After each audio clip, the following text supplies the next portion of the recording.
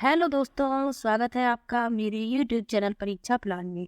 तो आज की वीडियो में विज्ञान के उन प्रश्नों को हल करेंगे जो जुलाई 2019 वाले पेपर में पूछे गए थे। तो चलिए वीडियो को शुरू करते हैं। यदि आप चैनल पर नए हैं तो चैनल को सब्सक्राइब कर लीजिए। तो पहला प्रश्न है, मायरा किसी पैकेट को पहुंचाने के लिए 5 किलोमीटर दूरी पर अपनी सहेली के घर साइकिल चलाकर जाती है। वह जाते समय 12 किलोमीटर पर आवर की चाल से जाती है और लौटते समय 8 किलोमीटर पर आवर की चाल से लौटती है। उसकी समस्त यात्रा की औसत चाल है। तो इसमें औसत चाल बताना है। तो इसको हल करेंगे जब तो इसका उत्तर आएगा दूसरा 9.6 किलोमीटर प्रति घंटा। दूसरा विकल्प इसमें सही होगा। अगला प्रश्न है, निम्नलिखित में से किस समुच्चय में केवल मापने के मात्रक हैं? तो मापने की मात्रक बताने हैं जिस विकल्प में सिर्फ मापने के मात्रक हो। पहला विकल्प है मीटर प्रकाश वर्ष हर्ट्ज, दूसरा है वालिस्त वर्ष प्रकाश वर्ष, तीसरा है वालिस्त मीटर प्रकाश वर्ष और चौथा है मीटर हर्ट्ज वालिस्त। तो इस प्रश्न में तीसरा विकल्प सही है।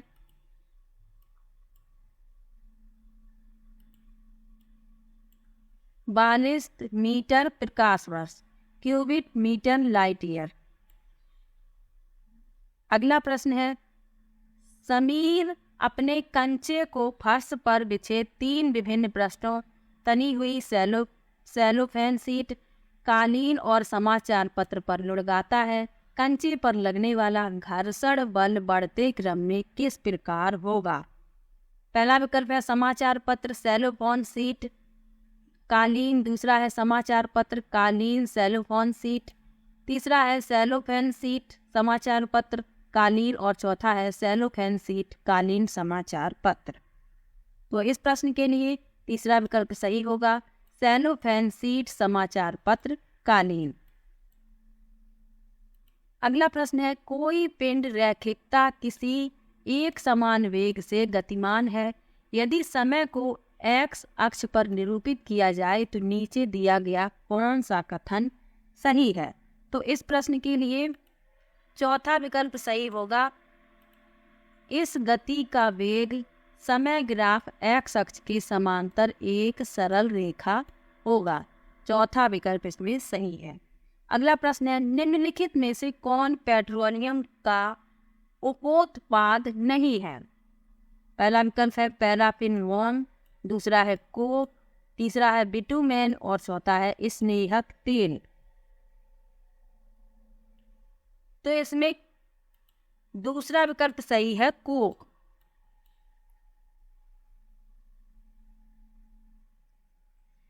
कोक जो है वह धातु कर्मी कोयले का उपोत्पाद है, पेट्रोलियम का नहीं है और नहीं है पूछा गया है, इसलिए दूसरा विकल्प सही है। अगला प्रश्न है, अमन किसी बंद कमरे में एक प्लास्टिक की बोतल, एक लकड़ी का चम्मच और एक धातु का चम्मच को रात भर रखता है। कक्ष ताप 30 डिग्री सेल्सियस है। सुबह होने पर वह इन तीनों वस्तुओं के ताप रिकॉर्ड करता है जो T1, T2 और T3 है। निम्नलिखित में से किस संबंध द्वारा इन तापों के निरूपण की सबसे अधिक संभावना हो सकती है? तो इस प्रश्न के लिए पहला विकल्प सही होगा, T1 बराबर T2 और T2 बराबर T3 यानी तीनों बराबर होंगे। पहला विकल्प सही है। अगला प्रश्न है, निम्नलिखित जीवों में से कौन प्रकाश संश्लेषण द्वारा अपना भोजन बना सकता है? पहला विकल्प है शैवाल, दूसरा है कवक, तीसरा है राइजोबियम और चौथा है वायरस। तो इस प्रश्न के लिए पहला विकल्प सही है, शैवाल। ये प्रकाश संश्लेषण द्वारा अपना भोजन बना सकता है। अगला प्रश्न है, निम्नलिखित में से कौन से लक्षण ध्रुवीय भालू को चरम शीत अवस्थाओं के अनुकूल बनाने में सहायता करते हैं? पहला विकल्प है सफेद बाल, चपटे पैर, त्वचा के नीचे वसा की परत। दूसरा है सफ़ेद बाल, मुड़े हुए लंबे और पैने नाखून, त्वचा के नीचे वसा की परत। तीसरा है सफ़ेद बाल, चपटे पैर, बालों की परतें। और चौथा है सूंघने की तीव्र शक्ति, चपटे पैर, बालों की परतें। तो इस प्रश्न के लिए पहला विकल्प सही है, सफ़ेद बाल जिन्हें फर कहते हैं, चपटे पैर, त्वचा के नीचे वसा की परत। अगला प्रश्न है, दूध में निम्नलिखित में से कौन से पोषक तत्व होते हैं? पहला विकल्प है प्रोटीन, कैल्शियम, विटामिन डी। दूसरा है protein, vitamin C, vitamin A. तीसरा है कार्बोहाइड्रेट, विटामिन सी, आयरन। और चौथा विकल्प है प्रोटीन, आयरन, विटामिन डी। तो इस प्रश्न के लिए पहला विकल्प सही है, प्रोटीन, कैल्शियम, विटामिन डी। अगला प्रश्न है, प्रतिरोधी रोगाणुरोधक के रूप में घावों पर लगाए जाने वाले बैंगनी रंग के विलयन में कौन सी धातु होती है? पहला विकल्प है क्लोरीन, दूसरा है आयोडीन, तीसरा है ब्रोमीन और चौथा है सल्फर। तो इस प्रश्न के लिए दूसरा विकल्प सही है, आयोडीन। अगला प्रश्न है, वायु के संबंध में नीचे दिया गया कौन सा कथन सही नहीं है? पहला है वायु में भार होता है, दूसरा है मृदा में वायु उपस्थित नहीं होती, तीसरा है जल चक्र में वायु की महत्वपूर्ण भूमिका होती है और चौथा है वायु स्थान घेरती है। तो इस प्रश्न के लिए दूसरा विकल्प सही है, मृदा में वायु उपस्थित नहीं होती। अगले प्रश्न में मिलान करना है, तो चलिए करते हैं मिलान। यकृत यानी लीवर, इसको मिलाएंगे सबसे बड़ी ग्रंथि यानी चौथे नंबर से। आमाशय, जहाँ प्रोटीन का पाचन आरंभ होता है, इसको पहले से मिलाएंगे। पित्ताशय, जहाँ पित्त रस संचयित होता है, दूसरे से मिलाएंगे। और अग्न्याशय एक ही बचा है, इसको तीसरे से मिला देंगे। तो इस क्रम में दूसरा विकल्प सही है।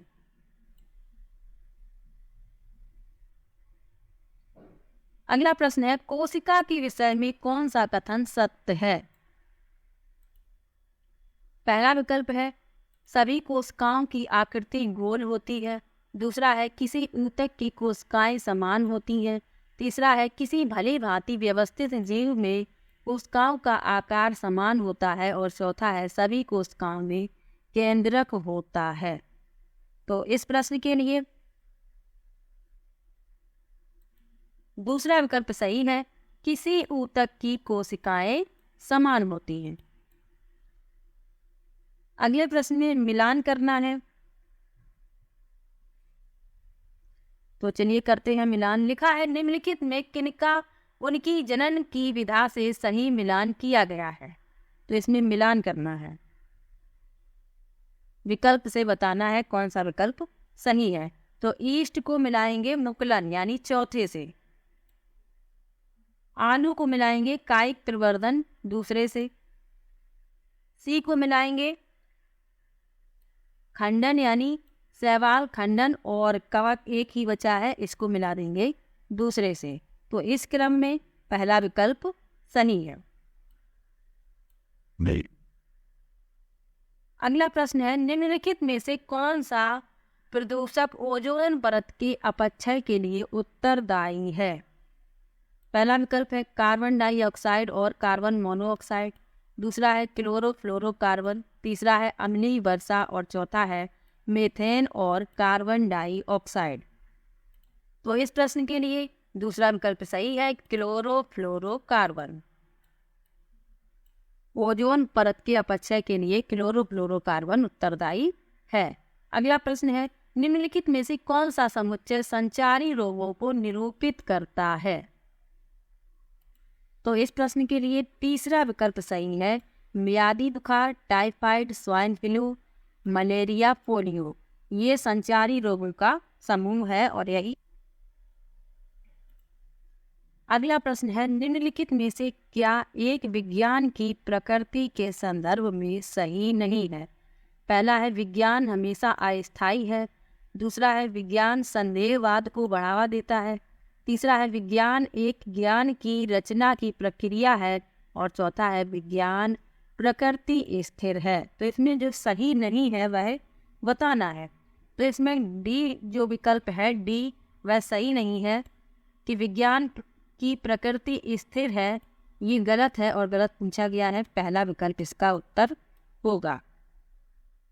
अगला प्रश्न है, निम्नलिखित में से किसका विकास विज्ञान के द्वारा होता है?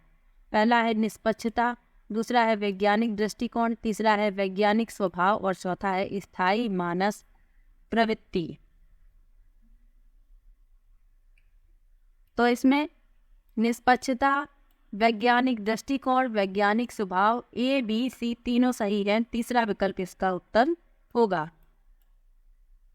अगला प्रश्न है, एक विज्ञान शिक्षक की भूमिका होनी चाहिए। पहला है छात्रों को प्रचुर विभिन्न सीखने के अनुभव प्रदान करना। दूसरा है छात्रों को उत्पाद आधारित शिक्षण अधिगम पर्यावरण प्रदान करना। तीसरा है सर्जनात्मक विचारों को रटने के माध्यम में छात्र का मार्गदर्शन और चौथा है उच्च संज्ञानात्मक क्षमताओं वाले प्रश्नों के निर्माण के लिए सभी छात्रों को प्रेरित करना।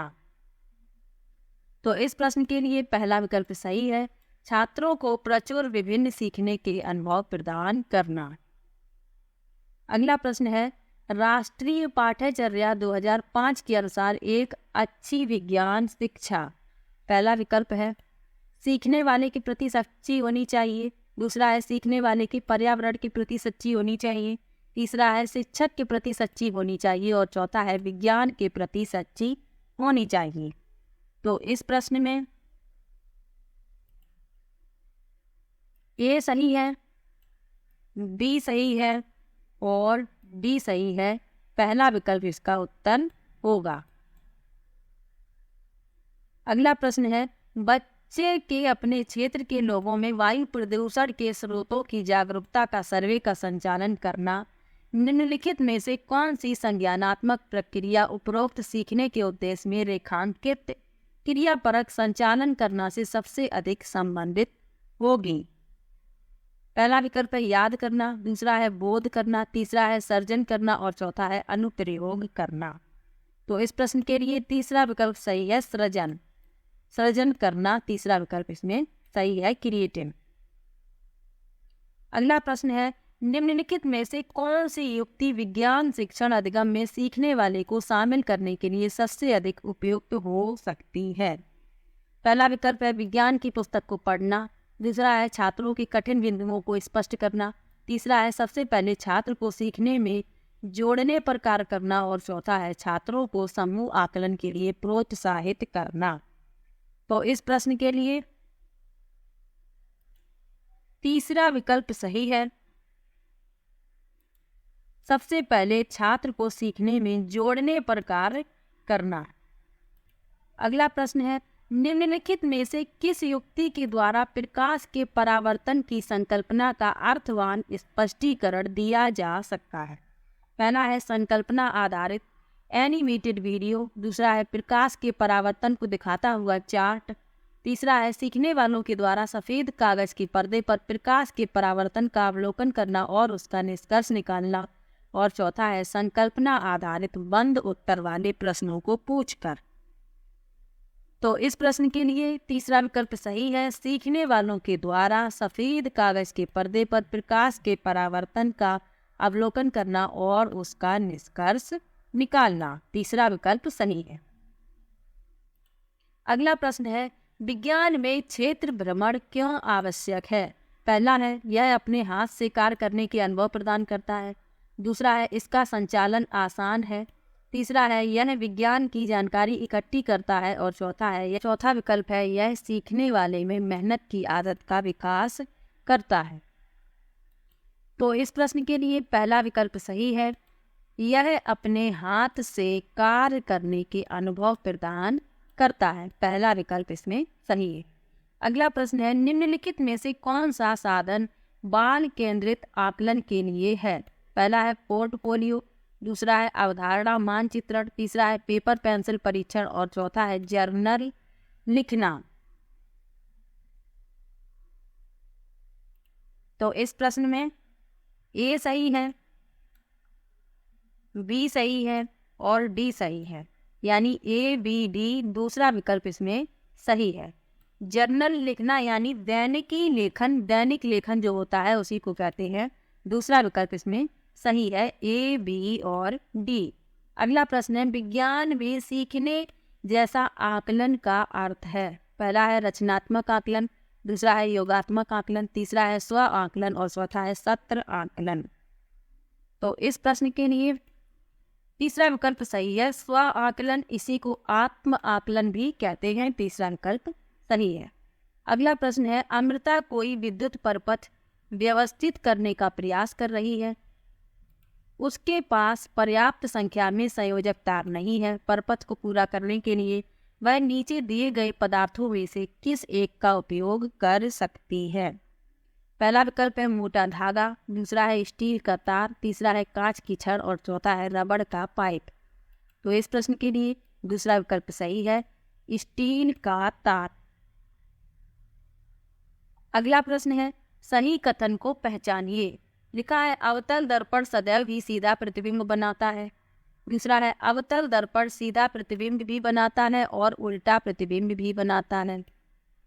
तीसरा विकल्प है उत्तल दर्पण सदैव ही उल्टा प्रतिबिंब बनाता है और चौथा है उत्तल दर्पण सीधा प्रतिबिंब भी बनाता है और उल्टा प्रतिबिंब भी बनाता है। तो इस प्रश्न के लिए दूसरा विकल्प सही है, अवतल दर्पण सीधा प्रतिबिंब भी बनाता है और उल्टा प्रतिबिंब भी बनाता है। दूसरा विकल्प इसमें सही है। अगला प्रश्न है चींटी के दंश यानी डंक में निम्नलिखित में से कौन सा अम्ल होता है। पहला है एस्कॉर्बिक अम्ल, दूसरा है फार्मिक अम्ल, तीसरा है ऑक्जेलिक अम्ल और चौथा है एसिटिक अम्ल। तो चींटी के डंक में होता है फार्मिक अम्ल, दूसरा विकल्प इसमें सही है। अब एस्कॉर्बिक अम्ल किसमें पाया जाता है। आंवला, खट्टे फल, इनमें पाया जाता है एस्कॉर्बिक अम्ल। दूसरा लिखा है फार्मिक अम्ल, ये तो चींटी के डंक में ही पाया जाता है। ऑक्जेलिक अम्ल किसमें पाया जाता है, तो ऑक्जेलिक अम्ल पाया जाता है टमाटर में, पालक में। और एसिटिक अम्ल किसमें पाया जाता है, एसिटिक अम्ल सिरका होता है। तो इन चारों अम्लों के बारे में भी बता दिया और चींटी के डंक में फार्मिक अम्ल पाया जाता है। दूसरा विकल्प इसमें सही है। ये आखिरी प्रश्न है और इसको हल करना है। हल करने पर जो उत्तर आएगा वह पहला विकल्प होगा। ऊष्मीय मान, इस ईंधन का कैलोरी मान ऊष्मीय मान है, पूछा गया है। पहला विकल्प इसका उत्तर होगा।